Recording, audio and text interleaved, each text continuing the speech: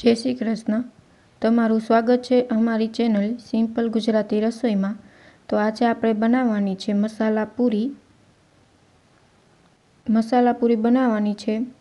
ફૂલી એકદમ ફૂલશે અને સોફ્ટ પણ થશે. તો તેના માટે મેં 2 બાઉલ જેટલો નોર્મલ જે ઘઉંનો લોટ આપણે રોટલી બનાવતા હોઈએ છીએ તે લોટ લઈ લીધો છે ઘઉંનો. તો હવે તેમાં સ્વાદ અનુસાર આપણે મીઠું નાખશું અને અડધી ચમચી જેટલી આપણે હળદર નાખશું અને થોડીક નાખશું આપણે ધાણા ભાજી. ધાણા ભાજી નાખવાથી પૂરીમાં ટેસ્ટ બહુ સરસ આવે છે અને બધું જ સારી રીતના મિક્સ કરી લઈએ. હવે પૂરી તમારી ફૂલે તો તેના માટે આપણે તેલ નાખવાનું છે, જેથી તમારી પૂરી છે તે એકદમ ફૂલીને થશે. તો હવે તેલ આપણે મિક્સ કરીને હવે સરસ રીતના આપણે લોટ બાંધી લઈએ. થોડું થોડું પાણી નાખીને આપણે લોટ બાંધી લઈએ. તો લોટ આપણો તૈયાર છે. હવે આપણે આને તેલ નાખીને આપણે આને સરસ રીતના મસળી લઈએ. તમારે લોટ બહુ ઢીલોય નહીં, બહુ કઠણ નહીં એવું રાખવાનો છે. મેં અહીંયા 1 ચમચી જેટલું તેલ નાખ્યું છે અને અડધી ચમચી જેટલું હું પાણી નાખીશ. પાણી તેલથી મસળવાથી તમારી પૂરી એકદમ સોફ્ટ રહે. તમે ઘણીવાર કેવું થાય કે આપણી પૂરી છે તે કડક બની જતી હોય છે, તો તેવી કડક નહીં બને. જો તમે લોટ તેલ અને પાણીથી મસળશો તો તમારી પૂરી એકદમ સોફ્ટ રહેશે. તો આપણો લોટ સરસ રીતે મસળી લીધો છે. હવે આપણે તેને 15 મિનિટ એમને રાખી દઈએ. તો મારી 15 મિનિટ થઈ ગઈ છે. હવે આપણે આને નાની નાની લોઈ બનાવી લઈએ.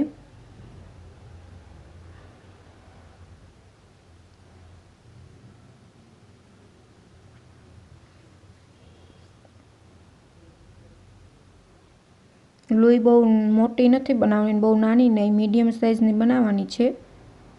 તમે રોટલી વણીને પણ પૂરી બનાવી શકો છો, પણ હું તો અત્યારે પૂરી જ બનાવું છું. આવી નાની નાની સાઇઝમાં તમારે લોઈ બનાવી લેવાની છે. બધી જ લોઈ હવે હું આવી રીતના બનાવી લઈશ.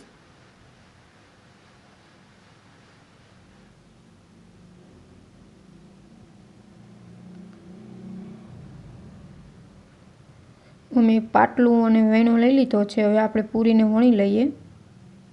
પૂરી બહુ જાડી નહીં અને પાતળી નહીં. પાતળી રાખશો તો તમારી પૂરી એકદમ ચવડ જેવી થઈ જશે અને બહુ જાડી રાખશો તો કાચી રહી જશે. એટલે બહુ જાડી નહીં ને પાતળી નહીં તેવી પૂરી તમારે વણવાની છે.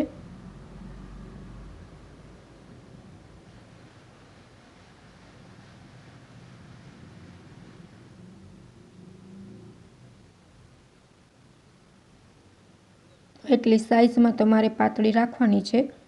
બધી જ પૂરી આવી રીતના આપણે વણી લઈએ.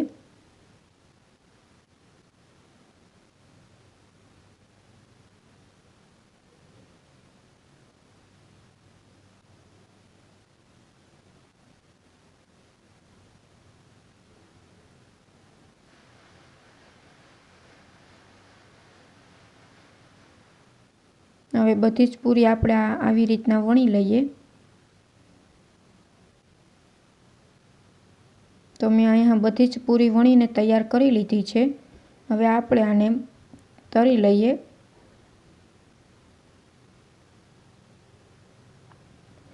તો અહીંયા મેં ગરમ તેલ થવા માટે મૂકી દીધું છે. તેલ તમારે બહુ ગરમ નથી થવા દેવાનું, નકર તમારી પૂરી બ્રાઉન થઈ જશે અને બહુ ઊનું નહીં થયું હોય તો તમારી પૂરી કાચી રહી જશે. એટલે તમારે મીડિયમ તેલ ગરમ કરવાનું છે અને ગેસની ફ્લેમ એકદમ લો રાખવાની છે, નકર પૂરીમાં તમારે તેલ ચડી જશે. હવે આપણે એકદમ લો ફ્લેમ પર આપણે પૂરી તળી લઈએ બધી જ.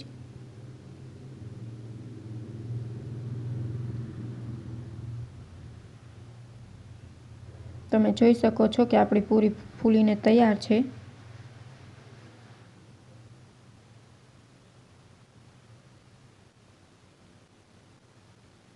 બે ત્રણ જ તમારે પૂરી તળીને તળવાની છે.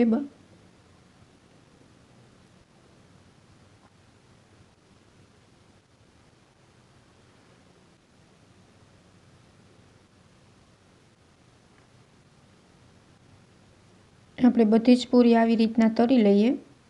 તમને જો અમારી રેસીપી ગમે તો ચેનલને લાઇક કરજો, શેર કરજો અને સબસ્ક્રાઈબ કરજો અને કમેન્ટમાં જરૂર સજેશન કરજો કે તમને અમારી રેસીપી કેવી લાગી।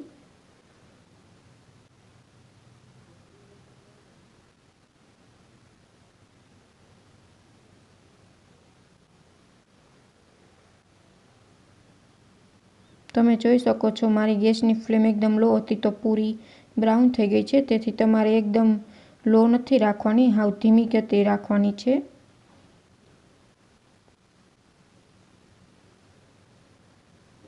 તમે જોઈ શકો છો મારી પૂરી ફૂલીને તૈયાર થઈ ગઈ છે। હવે આને હું કાઢી લઈશ અને બધી જ પૂરી આવી રીતના હું ફ્રાય કરી લઈશ।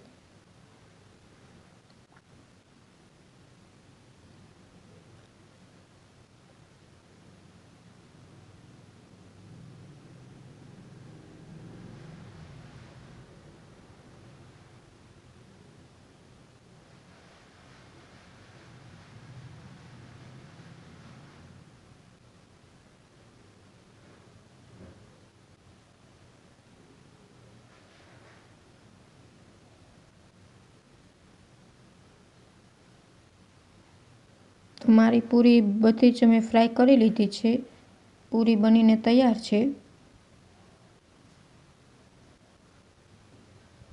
Thank you for my watching video.